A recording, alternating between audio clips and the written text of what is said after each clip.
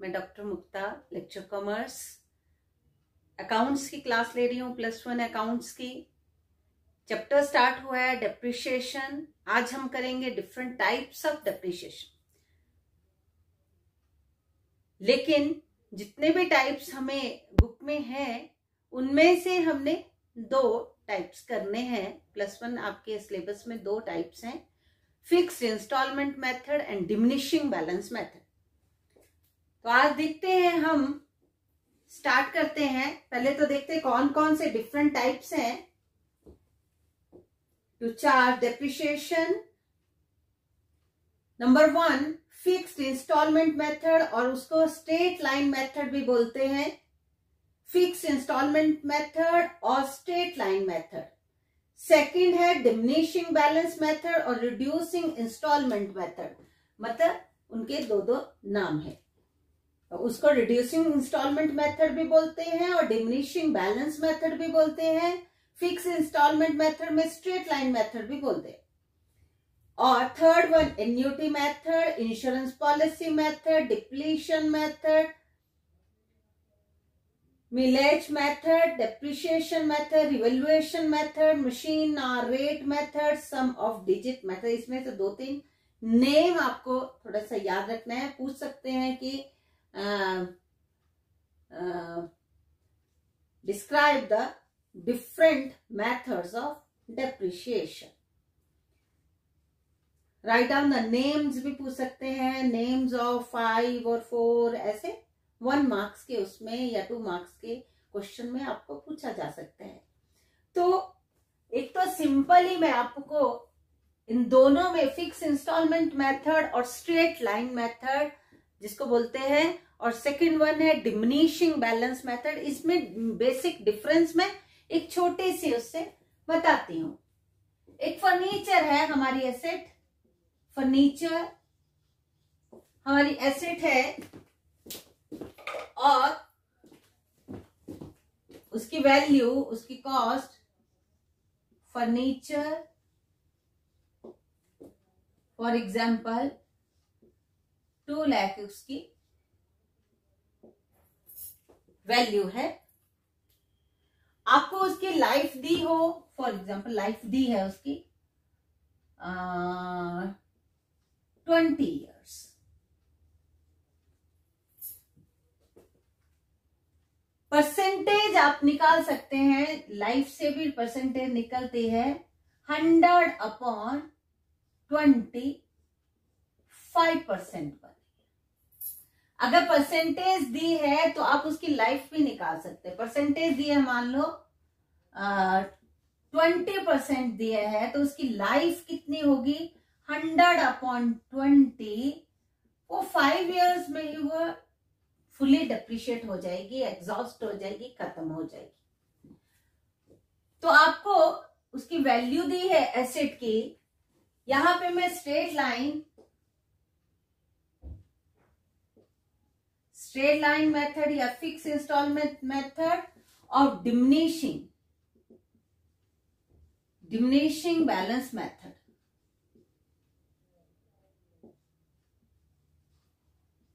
इन दोनों का मैं आपको यहां पे बताऊंगी कैसे इनको हम डील करते हैं। फिक्स्ड इंस्टॉलमेंट मेथड में आपके पास जो एसेट की वैल्यू है 2 lakh divided by age of machinery, for example 20 years. तो हर साल वो कितने की डेप्रिशिएट होगी 10,000 रुपीज से वो डेप्रिशिएट होगी। अगर आपको परसेंटेज दी है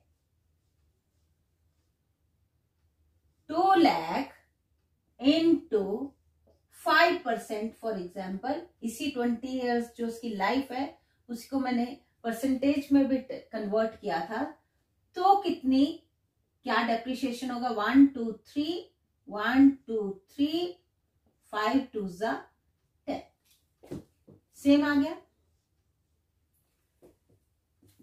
जो फिक्स्ड इंस्टॉलमेंट मेथड है उसमें हम डेप्रीशिएशन फिक्स्ड इंस्टॉलमेंट मेथड से वो कैलकुलेट कर लेते हैं, फर्स्ट टाइम ही वो कैलकुलेट कर लेते हैं और उसको हर साल उतना ही डेप्रीशिएशन लगता जाता है। जैसे 2 लाख फर्स्ट ईयर में 2 लाख उसकी वैल्यू, 10,000 वो डेप्रीशिएट हुई, 1,90,000 की उसकी वैल्यू रही। ये 2000 फॉर एग्जाम्पल 2000 में खरीदी तो 2001 में उसकी वैल्यू 1,90,000।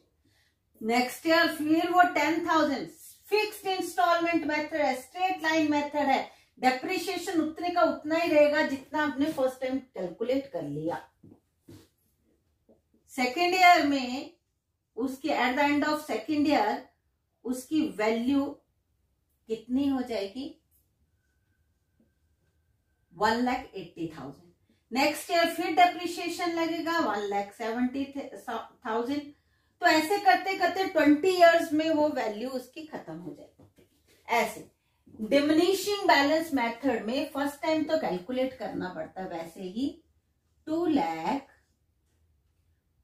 2000 में ही खरीदी ये मशीन फर्नीचर और 10,000 आफ्टर 1 ईयर डेप्रिशिएशन, 1,90,000 उसकी वैल्यू बची 2000 starting of 2001। Diminishing balance method में क्या होता है, जो घटा हुआ मूल्य है, डिमिनिशिंग बैलेंस जो डेप्रिशिएशन लगने के बाद जो उसकी वैल्यू बचती है उसके ऊपर डेप्रिशिएशन कैलकुलेट करना है। तो 1,90,000 पर हम फिर 5% डेप्रिशिएशन लगाएंगे,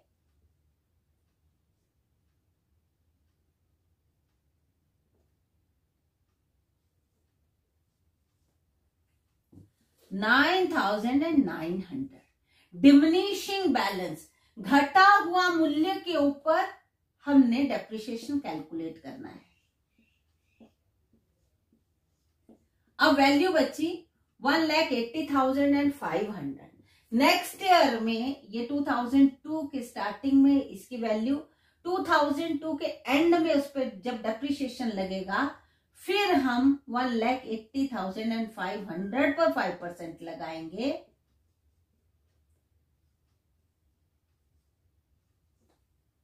₹9,025।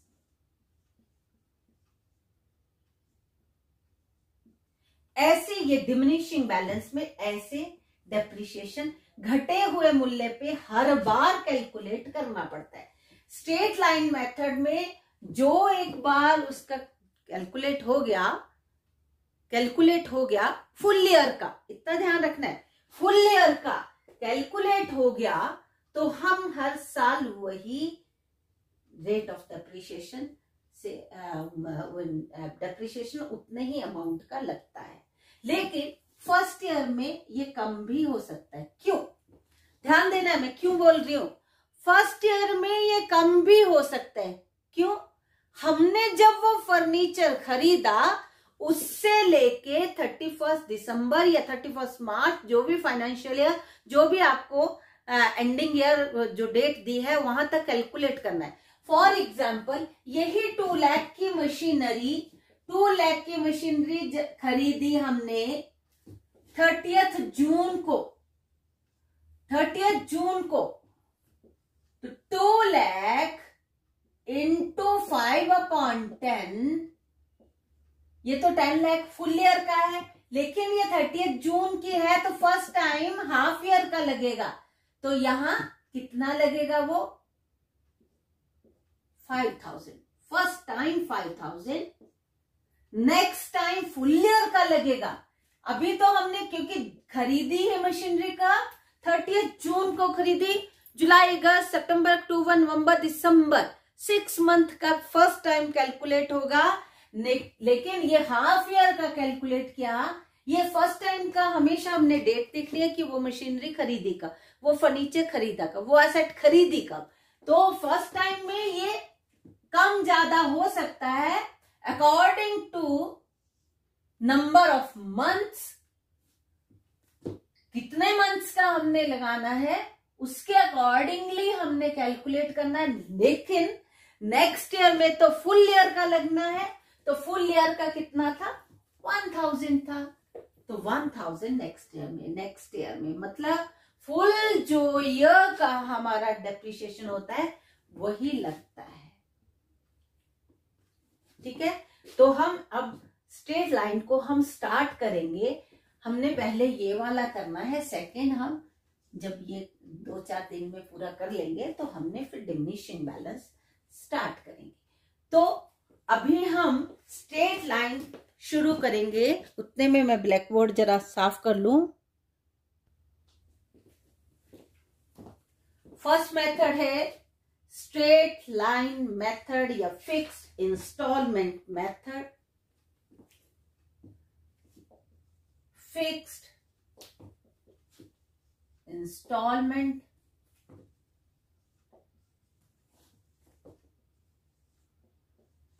और स्ट्रेट लाइन मेथड।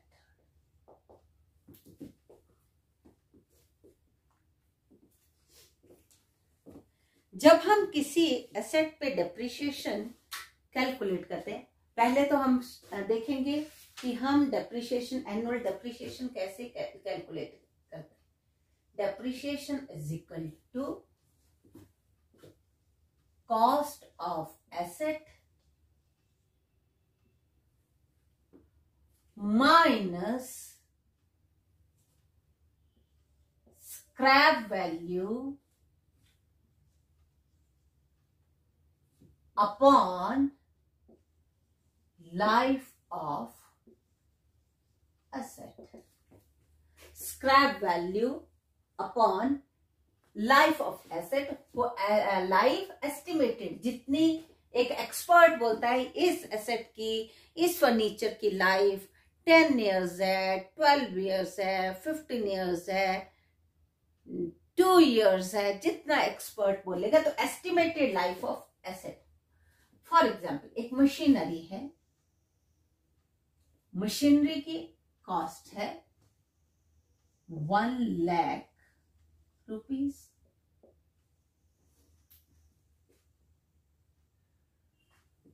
जब वो मशीनरी की 10 years, आफ्टर 10 years, 20 years जो इसकी लाइफ है, उसका स्क्रैप कितने का बिकेगा, उसका जो कबाड़ है वो कितने का बिकेगा, उसको बोलते हैं scrap value. Scrap value, scrap value for example आपको दी है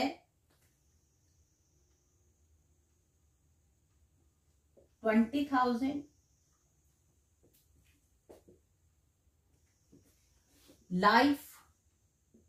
life of asset, estimated life of asset for example 20 years। तो हम डेप्रिसिएशन कैसे कैलकुलेट करेंगे? 1 lakh minus 20,000 upon 20, 80,000 upon 20, depreciation कितना बना? 4,000। स्ट्रेट लाइन मेथड में एनुअल डेप्रिसिएशन, हमने एनुअल डेप्रिसिएशन कैलकुलेट किया। कैसे किया? Cost of asset minus scrap value upon life of machinery. और जब डेप्रिसिएशन हम लगाते हैं, जब हम डेप्रिसिएशन लगाते हैं तो एंट्री क्या करते हैं? डेप्रिसिएशन एक तरह का एक्सपेंस है, तो हम एंट्री क्या करते हैं उस वक्त? कोई बोलेगा एंट्री क्या होती है? Depreciation account debit to asset. Depreciation account debit to asset. वो एसेट चाहे फर्नीचर है चाहे मशीनरी है। बीइंग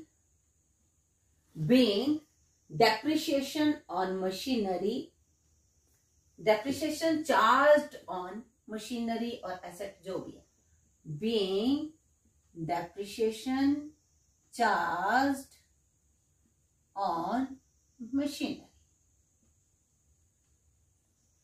ये डेप्रिशिएशन लगा एसेट पर और ये प्रॉफिट एंड लॉस अकाउंट पर प्रॉफिट पे चार्ज होता है, प्रॉफिट से निकलता है, चार्ज होता है मतलब प्रॉफिट से कटता है ना।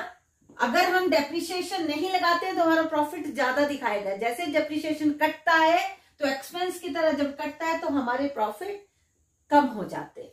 तो डेप्रिशिएशन एक्सपेंस है, तो जो प्रॉफिट एंड लॉस अकाउंट पर चार्ज करना है, ये देखो प्रॉफिट एंड लॉस अकाउंट है फॉर एग्जांपल, और ये प्रॉफिट एंड लॉस अकाउंट का पार्ट है टू डेप्रिशिएशन ऑन मशीनरी। क्या एंट्री बनी, बनाओ फटाफट। जब डेप्रिशिएशन चार्ज करते हैं प्रॉफिट एंड लॉस अकाउंट पे, यही से बन जाएगी, यही से एंट्री बन जाती है। इसको देखते हुए 2 दिख रहा है आपको, मशीनरी अकाउंट डेबिट। ए बाप रे, प्रॉफिट एंड लॉस अकाउंट है एक, उसकी डेबिट साइड में डेप्रिशिएशन है, इसकी एंट्री बनाओ। ये कैश बुक से भी देखा था आपने। डेबिट टू मशीनरी, दोबारा बोलो, दोबारा बोलो। डेप्रिशिएशन नहीं बच्चे, प्रॉफिट एंड लॉस अकाउंट पे चार्ज करना है, ये प्रॉफिट एंड लॉस। अगर मान लो यहाँ पे बाय कमीशन हो तो हम एंट्री कैसे बनाते हैं, इन दोनों की एंट्री बनाना सीखो। Profit and loss account debit to depreciation on machinery, और यहाँ पे कमीशन को क्रेडिट किया है, क्रेडिट किया है, इनकम है ये, तो क्या यहाँ क्या एंट्री बनेगी, profit and loss account debit to कैसे होगा,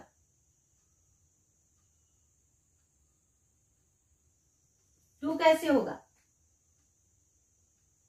commission account debit to profit and loss account, commission account debit charge किया है to profit and loss account. ये एक्सपेंस वाली वैसी एंट्री नहीं है कैश वाली, कैश में पे किया, यहाँ प्रॉफिट एंड लॉस अकाउंट के साथ बनानी है इसकी।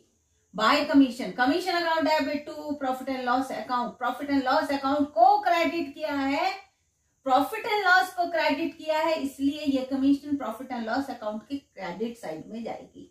ये एंट्री बाय कमीशन, ये एंट्री क्या बनी, जब प्रॉफिट एंड लॉस पे अकाउंट पे डेप्रिसिएशन को चार्ज करते हैं, profit and loss account debit to depreciation on machinery, being depreciation on machinery charged upon profit and loss account, being depreciation on machinery charged upon profit and loss account।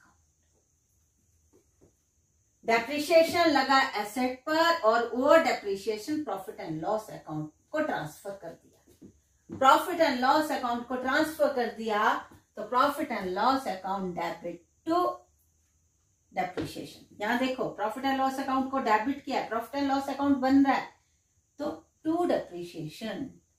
ठीक है, अब क्या बात आती है एक और जो अभी मैं बताती हूं।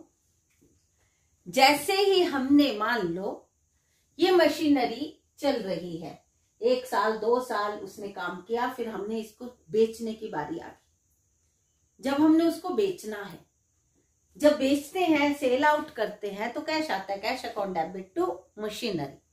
ठीक है, उस वक्त हम मशीनरी पर प्रॉफिट हुआ या लॉस हुआ, हम ये देखते हैं। ये एक चीज थोड़ा सा और क्लियर करके बताती हूं,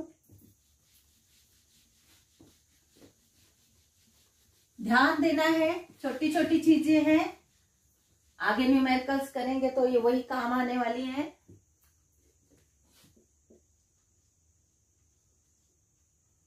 1 लाख की एसेट 10 years उसकी लाइफ मीन्स 10% उस पर डेप्रिशिएशन लगना है। 2001 जनवरी 2001 में वो मशीनरी खरीदी। 31 दिसंबर 2001 को उस पे 10% डेप्रिशिएशन लगा।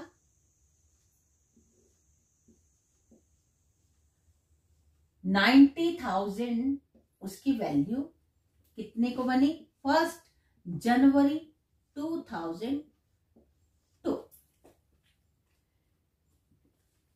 31 दिसंबर 2002 को फिर डेप्रिशिएशन लगा स्ट्रेट लाइन मेथड 10,000, उसकी वैल्यू रह गई 80,000। और 80,000 किस दिन वैल्यू हुई? 1 जनवरी 2003। 31 दिसंबर 2003 को फिर डेप्रिशिएशन लगा, इसकी वैल्यू रह गई 70,000। 1 जनवरी 2004।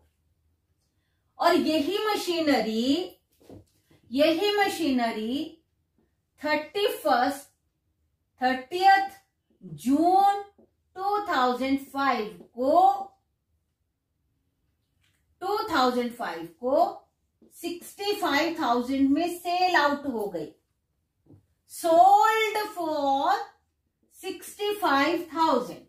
लेकिन 2005 में जाके तो 31 दिसंबर 2004 को फिर डेप्रिशिएशन लग गया 60,000।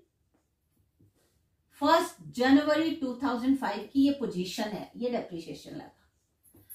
इसकी बुक वैल्यू कितनी रह गई? 60,000। 1 2 3 4 इयर्स डेप्रिशिएशन लगने के बाद, वो भी स्ट्रेट लाइन से लगने के बाद, उसकी वैल्यू रह गई 60,000। ठीक है जी। अब इसको सेल करना है, और सेल कब होगी? जून में जाके, पूरा जून खत्म होने के बाद 30th जून को उसको बेचना है। लेकिन 30th जून तक ये मशीनरी यूज हुई या नहीं हुई, लेकिन हमारे पास थी, तो वो 6 मंथ का डेप्रिशिएशन लगता है। चाहे हमने उसको यूज किया, चाहे वो ऐसे पड़ी है, लेकिन वो 6 महीने और रही तो उसका 6 मंथ का डेप्रिशिएशन फिर लगेगा। तो ये तो फुल ईयर का डेप्रिशिएशन है, 6 मंथ का डेप्रिशिएशन फिर लग जाएगा। डेप्रिशिएशन ये है 30th जून 2005, और इसकी 30th जून 2005 को इसकी वैल्यू कितनी रह गई? 55,000। कितनी तारीख को? 30th जून 2005 को। यही 55,000 की मशीनरी 65,000 में सेल आउट हो गई।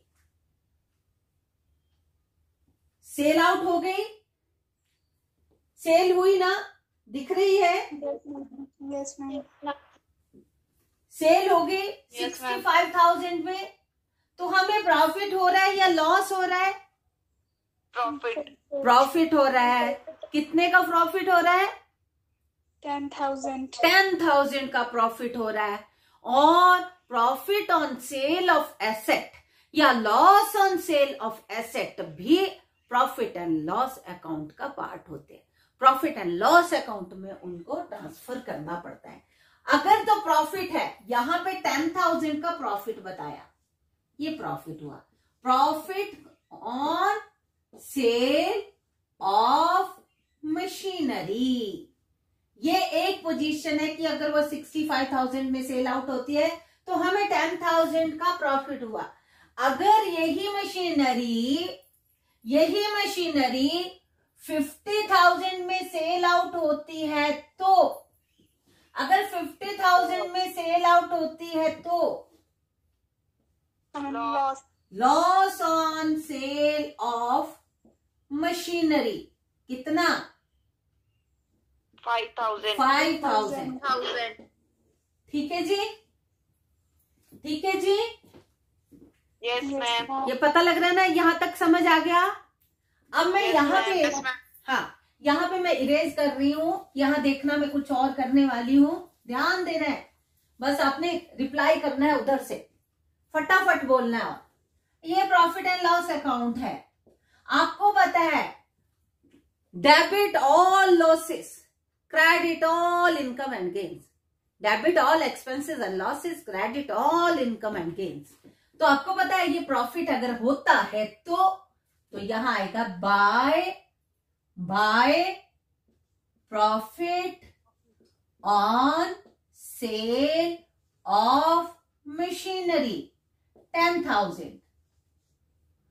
अगर लॉस होता है, अगर वो 65 की बिकी तब तो प्रॉफिट हुआ 10,000। अगर मान लो वो 50,000 की सेल आउट होती है, 50,000 की सेल आउट होती है तो हमें लॉस होगा। तो लॉस का आपको पता है ना, 2 loss on sale of machinery. अब आप ऐसा नहीं बोले कि मैम ऐसा थोड़ा होता है कि प्रॉफिट भी हो और सेल भी हो। मैंने 2 अलग अलग केसेस बनाए हैं कि अगर वो मशीनरी, यही जो 1 लाख वाली मशीनरी 30th जून 2005 को सेल आउट होती है 65,000 में, तब तो हमें, ये फर्स्ट केस है, ये 10,000। अगर वही मशीनरी, हम एग्जाम्पल दे रही हूं, ये ऐसा है, वो नहीं है कि ऐसा होता है कि दोनों प्रॉफिट भी हो जाए सेल नहीं, या तो प्रॉफिट होगा या सेल। मैंने आपको एंट्री बतानी है असल में, और कुछ नहीं है इसमें। यहां पे मैंने बोला कि 50,000 में सेल आउट हुई और 5,000 का लॉस हुआ, तो मैंने सेकंड केस ये बता दिया कि अगर लॉस हो जाए तो वो इधर शो होगा और प्रॉफिट होगा तो इधर शो। आपको पता है इधर एक्सपेंसेस एंड लॉसेस, यहाँ इनकम एंड गेन्स होते हैं। अगर ये प्रॉफिट एंड लॉस अकाउंट है। अब आपने मुझे एंट्रीज बना के बतानी है, अगर प्रॉफिट होता है तो, अगर लॉस होता है तो। जैसे अभी पीछे की, मैं इसको भी मिटा रही हूं। प्रॉफिट होता है तो बनानी किसके साथ है, ये 2 डेबिट क्रेडिट इसमें बताना है। अब पहले प्रॉफिट वाली बता दो। मशीनरी का प्रॉफिट ऑन एक कौन है बेटू, मशीनरी तो दिख ही नहीं रही है तुम्हें, 2 ही तो चीजें दिख रही है, इसी से एंट्री बनानी, इससे और इससे, बस।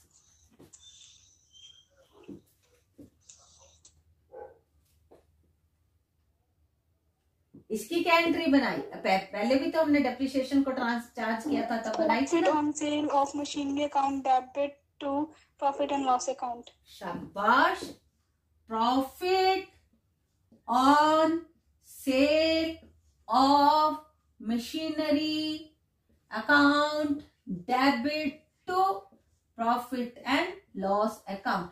प्रॉफिट एंड लॉस अकाउंट को क्रेडिट किया है, इस एंट्री में प्रॉफिट एंड लॉस का क्रेडिट किया है, तो प्रॉफिट एंड लॉस अकाउंट के क्रेडिट साइड में पोस्टिंग होगी।